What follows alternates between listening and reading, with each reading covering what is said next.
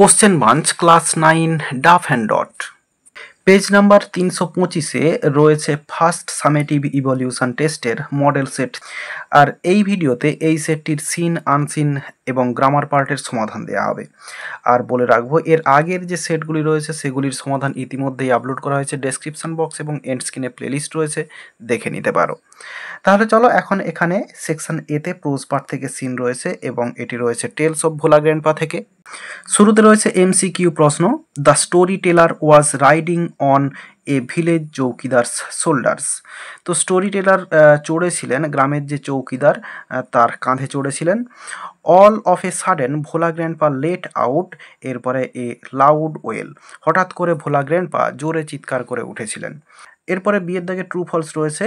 শুরুতে রয়েছে we went on even after hearing A loud well. তো আমরা একটা জোরে চিৎকার শোনার পরেও আমরা আমাদের যে চলাটা আর কি, আমরা যে চলছিলাম, হাঁটছিলাম, সেটা হচ্ছে চালিয়ে গিয়েছিলাম। এটা হচ্ছে ফলস হবে।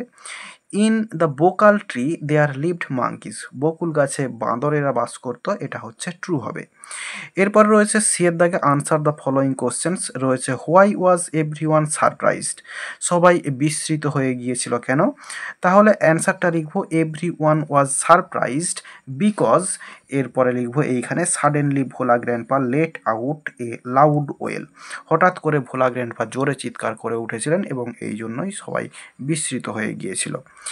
এরপরে রয়েছে where did Bhola grandpa and his wife live, Bhola grandpa এবং তার স্ত্রী কোথায় বাস করত? তাহলে আমরা শুরু করব এখান থেকে, ভোলা গ্র্যান্ডপা অ্যান্ড হিজ ওয়াইফ, এরপরে যে লিভ আছে এটাকে করব লিভড। এরপরে লিখব at the western end of our village রয়েছে, এই আওয়ারের জায়গায় ন্যারেটরস কথাটা লিখলে ভালো হয়, NARATOR অ্যাপোস্ট্রোপি-S। তো ন্যারেটরস ভিলেজ, বা এখানে পুরো সাজানোই আছে, পুরোটা যদি লিখে দিতে পারো তাও অসুবিধা নেই, শুধু আওয়ারের জায়গায় হচ্ছে ন্যারেটরস কথাটা লিখতে হবে। এরপর রয়েছে পোয়েট্রি পার্ট থেকে সিন, অটাম থেকে রয়েছে। শুরুতে এমসিকিউ প্রশ্ন, দ্য স্মল ব্রাঞ্চেস ডান্স, এরপরে ড্যাশ রয়েছে, অ্যান্সারটা হবে অল দ্য ডে, সারাদিন ধরে নাচে। এরপর রয়েছে the sparrow sat on the dash, অ্যান্সারটা হবে কটেজ রিগ। এরপর রয়েছে the above poem describes the season of dash. তো এই যে কবিতাটা এটা ডিসক্রাইব করেছে, অটামের কথা ডিসক্রাইব করেছে এখানে। এরপরে রয়েছে how does the poet know that the spring was fleeting by. তো কবি কিভাবে জানতে পারেন যে স্প্রিং ফ্লিট করে যাচ্ছিল? তাহলে অ্যান্সারটা শুরু করব এই দ্য পোয়েট থেকে। দ্য পোয়েট, এরপরে নো আছে, এটাকে নোজ করতে হবে। That the spring was fleeting, এরপরে from the chirp of the sparrow on the cottage rig, যে স্প্যারো যে তারা চিৎকার করে এই কটেজ রিগের ওপরে, সেখান থেকেই কবি বুঝতে পারেন। এরপরে রয়েছে why are the trees naked, গাছগুলো নগ্ন কেন বা উন্মুক্ত কেন বা হচ্ছে নেড়া কেন? তো অ্যান্সারটা the trees are naked because in autumn the leaves of the tree become fade and fitful gust takes them away. তো যে পাতাগুলো গাছের সেগুলো হচ্ছে শুকনা হয়ে যায় এবং ফিটফুল গাস্ট সেগুলোকে উড়িয়ে নিয়ে চলে যায়। এরপরে একটি আনসিন রয়েছে, তো চলো আনসিনের মানেটা প্রথমে দেখে নেব। Mrs Hallet enjoyed watching people from her window. তো মিসেস হালেট তিনি উপভোগ করতেন মানুষদের দেখাটা জানলা দিয়ে, বা জানলা দিয়ে মানুষের দেখাটা তিনি উপভোগ করতেন।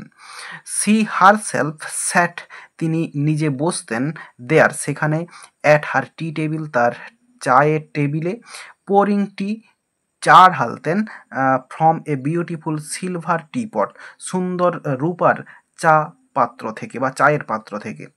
C looked out of the window, তিনি জানালার বাইরে তাকাতেন, অ্যান্ড এনজয়েড এবং উপভোগ করতেন, পিপল ওয়াচিং মানুষদের দেখাটা, হার পোরিং টি ফ্রম ইট এটির থেকে চা ঢালার। অর্থাৎ তিনি যে চা ঢালতেন এই সিলভার টিপট থেকে, এটা মানুষেরা দেখতো, তো এটাকে তিনি উপভোগ করতেন।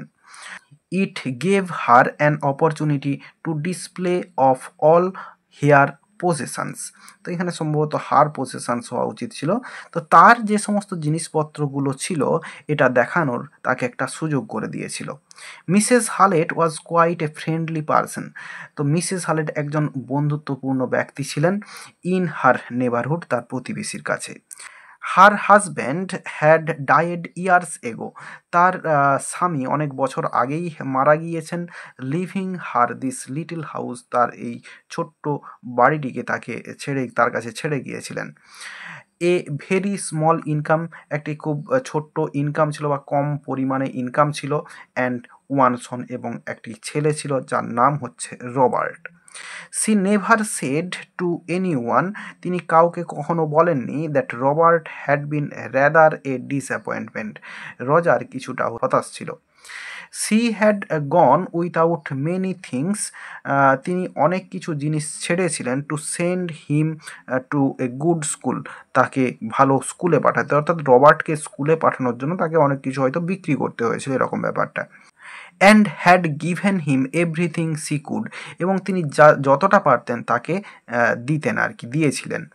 অ্যান্ড দেন, এবং তারপরে অন হিজ 18 বার্থডে, তার 18তম জন্মদিনে হি কেম, সে এসেছিল, অর্থাৎ রবার্ট এসেছিল।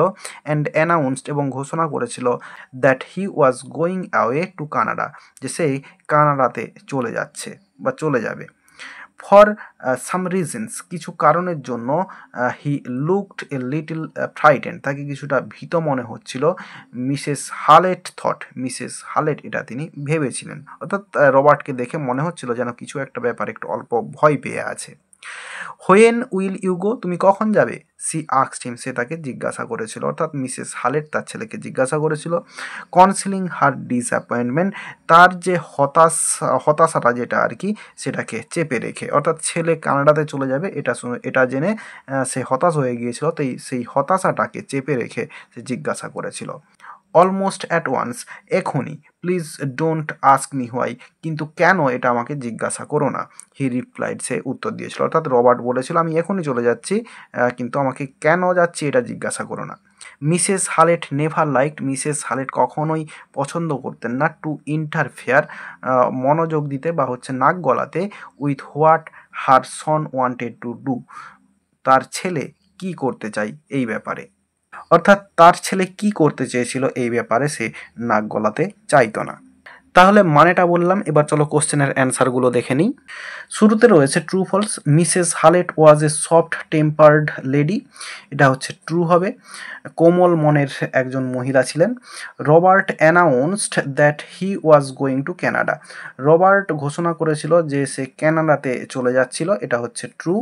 Mrs Hallet had two sons, Mrs হালেটের দুজন ছেলে ছিল, এটা ফলস হবে। এরপরে Robert did not want to disclose the reason behind his shifting to Canada, তো রবার্ট কেন ক্যানাডাতে শিফট হচ্ছে সে তার কারণটা হচ্ছে ডিসক্লোজ বা ব্যক্ত করতে চায়নি বা বলতে চায়নি, এটা হচ্ছে ট্রু হবে।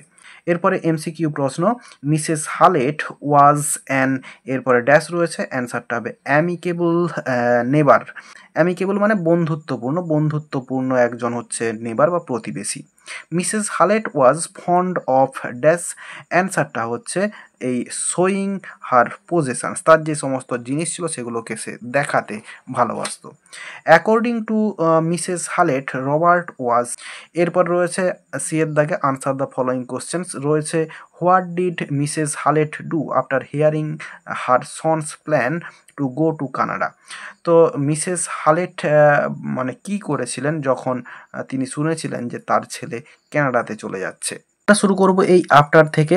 After hearing her son's plan to go to Canada, এরপরে কমা দিয়ে লিখব Mrs Hallet, Mrs Hallet HALLET, Mrs Hallet, এরপরে লিখব when will you go, she asked him concealing her disappointment.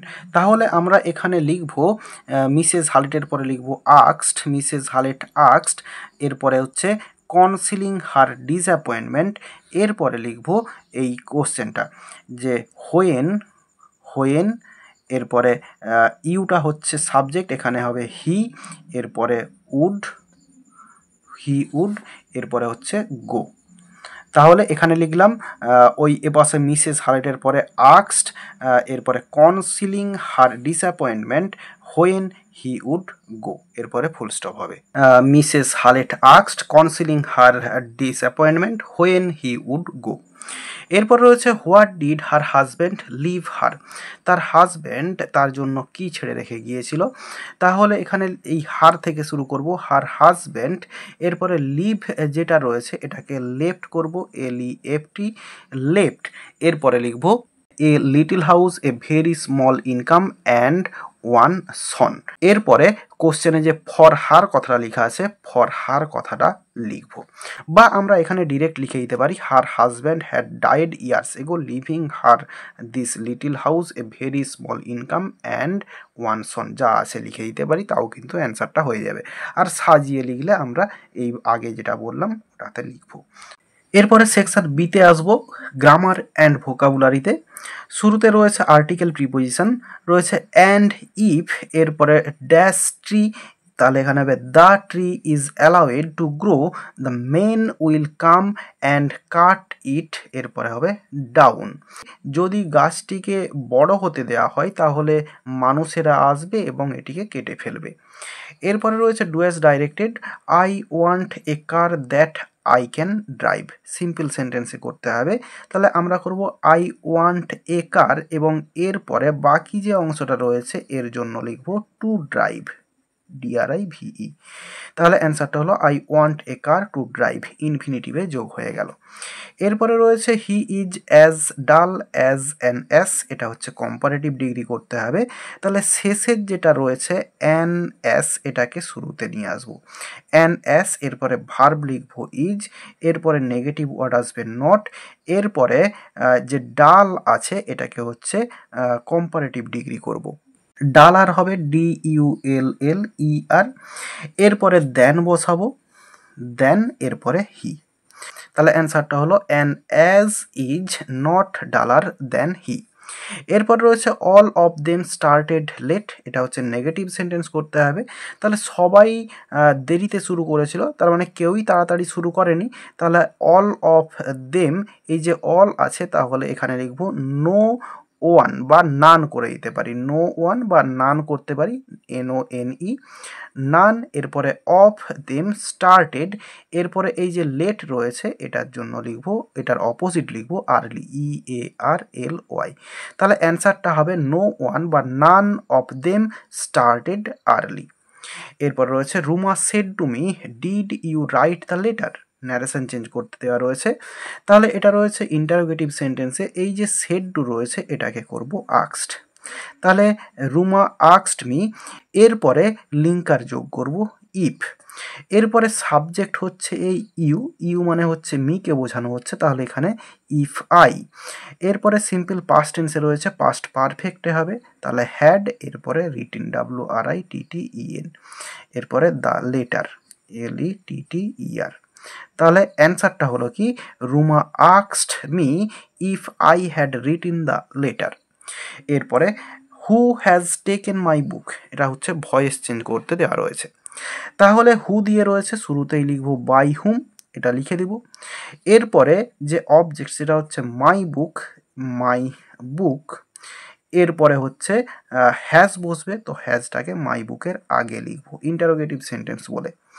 এরপরে বিন বসবে, এরপরে ভার্বের থার্ড ফর্ম টেকেন, এরপরে জিজ্ঞাসা চিহ্ন দিয়ে দেবো। তাহলে অ্যান্সারটা হলো by whom has my book been taken. এরপর রয়েছে নেতাজি ইজ আওয়ার প্রাইড, এটা হচ্ছে ভার্ব ফর্ম করতে দেওয়া রয়েছে। তো এই প্রাইডের ভার্ব ফর্মটা কিন্তু প্রাইডই হয়, এটা নাউন ফর্ম এবং ভার্ব ফর্ম একই সঙ্গে দুটোই হয়। তাহলে আমরা এখানে যদি ভার্ব ফর্ম আমাদেরকে করতে হয় তাহলে আমাদেরকে সাবজেক্ট চেঞ্জ করতে হবে, শুরুতে আসবে আওয়ারটাকে উই করব, উই, এরপরে এই যে প্রাইড রয়েছে উই প্রাইড করব। তাহলে আমরা গর্ববোধ করি অন নেতাজি, NETAJI। তাহলে অ্যান্সারটা হলো উই প্রাইড অন নেতাজি। আর এরই সঙ্গে সঙ্গে এই পেজটির সিন, আনসিন এবং গ্রামার পার্টের সমাধান দেওয়া হয়ে গেল। আশা করি বোঝাতে পারলাম। ভিডিওটি ভালো লেগে থাকলে একটি লাইক করো এবং বন্ধুদের মধ্যে শেয়ার করো, এবং আমার এই চ্যানেলে নতুন হলে চ্যানেলটি সাবস্ক্রাইব করে পাশে থাকা বেল আইকনটি প্রেস করো পরের ভিডিওগুলি সবার আগে পাওয়ার জন্য। এই ভিডিওতে এতটাই, দেখাবে নেক্সট ভিডিওতে। ভালো থাকো সবাই, ধন্যবাদ।